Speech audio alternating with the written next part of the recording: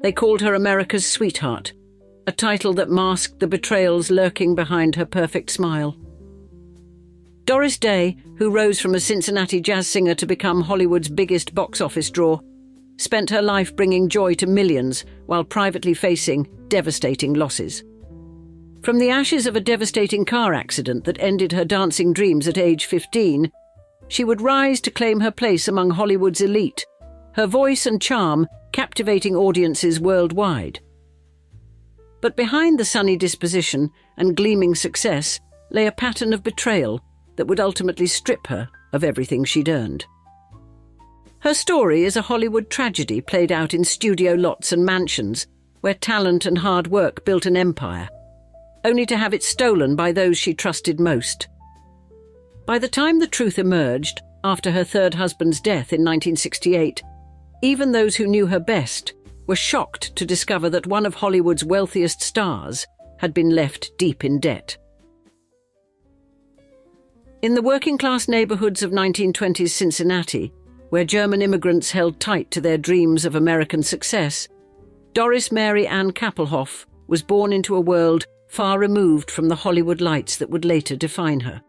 Her father, William, a music teacher and choir master, and mother, Alma, couldn't have known their daughter would become one of America's most beloved stars. But even in these early days, tragedy cast its shadow. Her parents' marriage crumbled when she was just 10, torn apart by her father's infidelity. Young Doris found her first escape in dance, forming a duo that competed nationwide. But fate had other plans.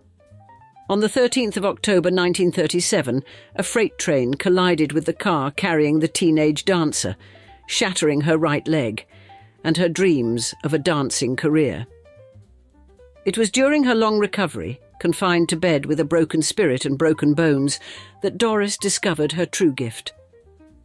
While listening to the radio, she began singing along with Ella Fitzgerald, her voice finding strength even as her body healed. Her mother, recognizing something special in those practice sessions, arranged singing lessons with Grace Rain. After just 3 lessons, Rain made an extraordinary offer. 3 lessons for the price of 1. So convinced was she of young Doris's tremendous potential. It was the first recognition of a talent that would eventually captivate millions. By 1939, barely recovered from her accident, the teenager who would become Doris Day found herself standing before Barney Rapp, auditioning among 200 other hopefuls. It was Rapp who suggested she change her name. Kappelhoff was too long for Marquise, he said, and her rendition of Day After Day had given him an idea. While this early triumph seemed to promise a bright future, no one could have predicted the pattern of personal betrayals that would follow Doris Day, from her very first success to the heights of Hollywood fame. Her first marriage to Al Jordan, a trombonist with violent tendencies and schizophrenia, would set a tragic precedent for the relationships to come. When she became pregnant and refused an abortion, Jordan's response was brutality, beating her in an attempt to force a miscarriage.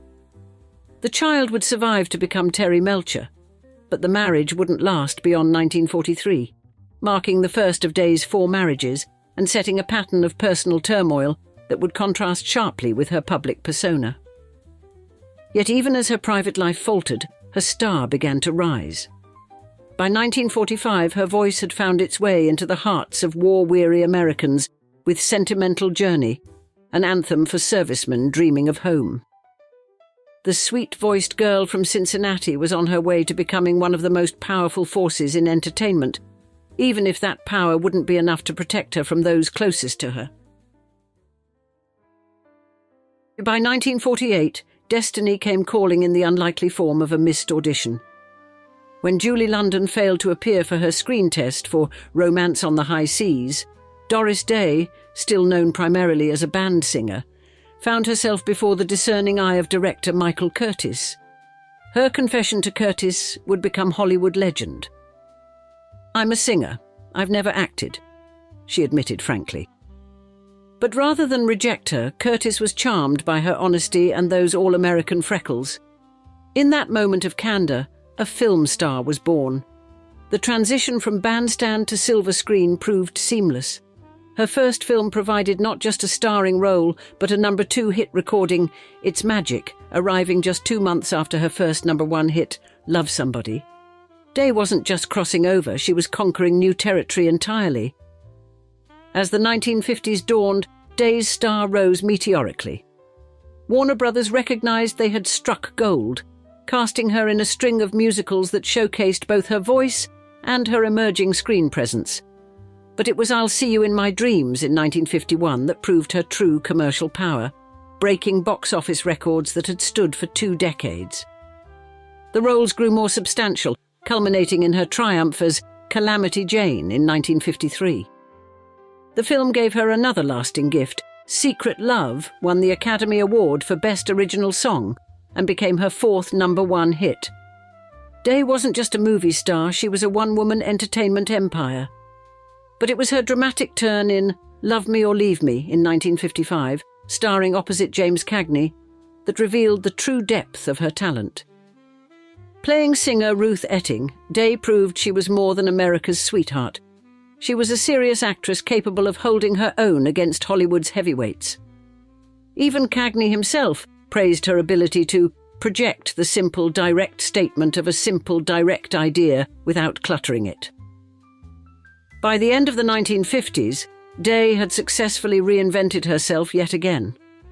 Her partnership with Rock Hudson, beginning with Pillow Talk in 1959, created a new template for romantic comedy and earned her an Academy Award nomination. She wasn't just surviving in Hollywood, she was redefining it. Between 1960 and 1964, she reached the pinnacle of her professional success, ranking as the #1 box office star in the world. She had joined an elite club. Only Shirley Temple had matched her feat of being the top box office draw 4 times. But even as she stood at the height of her power, forces were at work behind the scenes that would eventually threaten everything she had built. Her third husband, Martin Melcher, along with his business partner Jerome Bernard Rosenthal, were making decisions that would one day bring her empire crashing down. The Sunshine Girl from Cincinnati had become Hollywood royalty, but her crown was about to slip in ways no one could have predicted. April 20th, 1968, Martin Melcher, Day's husband of 17 years and the man who had managed her career, died suddenly. But the true shock was yet to come. In the midst of her grief, Day discovered a devastating truth. Her empire was built on sand. The millions she had earned through decades of hit films, recordings and performances had vanished. Not only was she broke, she was in debt. The woman who had ranked as Hollywood's top box office draw was financially ruined. Her trusted husband and his business partner Jerome Bernard Rosenthal had squandered her fortune through a series of questionable investments and mismanagement. The betrayal cut deeper than mere numbers. These were the earnings from every song she'd sung, every line she'd delivered, every moment she'd spent building her career. But the financial devastation wasn't the end of Melcher's posthumous surprises. Day discovered she had been committed to a television series without her knowledge or consent. It was awful, she would later reveal. I was really not very well when Marty passed away, and the thought of going into TV was overpowering. But he'd signed me up for a series. Her son Terry delivered even more bad news during a walk in Beverly Hills. She had been contracted for multiple television specials as well, all without her input or approval. America's sweetheart, who had earned millions and delighted audiences for decades, was now forced to work to pay off debts she hadn't even known existed. Yet in a cruel twist of fate, Martin Melcher's death may have inadvertently saved more than just Day's financial future. Their son, Terry Melcher, a successful music producer in his own right, had become entangled with one of the darkest figures in Hollywood history, Charles Manson. Through his connections in the music industry, particularly with Dennis Wilson of the Beach Boys, Terry had met Manson at Spahn Ranch. The aspiring musician had auditioned for Terry, hoping for a record contract that would never materialize. Terry's rejection would later be cited as part of Manson's descent into violence. In early 1969, months after his stepfather's death, Terry Melcher moved from his residence at 1005 Ocielo Drive, at the urging of his mother, Doris Day. 7 months later, that same house would become the site of one of Hollywood's most notorious crimes, when members of Manson's family murdered Sharon Tate and 4 others. The tragic irony wasn't lost on those who knew the story. Martin Melcher's death, which had seemed to destroy Day's world, had led to decisions that may have saved her son's life. While she fought to rebuild her career and fortune, Day was unaware that fate had dealt her both a crushing blow and a hidden blessing. But Day, who had survived a devastating car crash in her youth and reinvented herself then, would do so again. She took on The Doris Day Show, not by choice, but by necessity. The series that had been forced upon her would run for 5 successful seasons, though only after Day and her son took creative control. Behind the scenes, she began a legal battle against Rosenthal that would stretch from 1969 to 1974. Justice would take an additional 5 years to arrive. She didn't receive compensation until 1979, more than a decade after discovering the betrayal. Through it all, she maintained her signature grace. When asked about Melcher's role in the financial disaster, she displayed remarkable compassion, stating publicly that she believed him innocent of deliberate wrongdoing, suggesting he had simply trusted the wrong person. The woman who had brought joy to millions through her performances now faced a cruel irony. Her own trust had led to her undoing. But unlike the romantic comedies that had made her famous, this story wouldn't end with a neat resolution. Away from the bright lights of Hollywood, Doris Day found an unexpected sanctuary in Carmel by the Sea, California. The woman who had once commanded millions per picture now devoted herself to a cause closer to her heart: the welfare of animals. It was during the filming of Hitchcock's The Man Who Knew Too Much years earlier that she had first witnessed animal cruelty on set, refusing to work until the animals received proper care. That spark of compassion would grow into her life's second great purpose. In 1978, she founded the Doris Day Animal Foundation, transforming from movie queen to animal welfare champion. Hollywood's former top box office draw now used her fame and remaining resources to give voice to those who had none. She actively lobbied Congress, created World Spay Day in 1995, and opened the Doris Day Horse Rescue and Adoption Center with a $250,000 contribution. The Cypress Inn, her pet-friendly hotel in Carmel, became a symbol of her new life, one where 4-legged guests were as welcome as their human companions.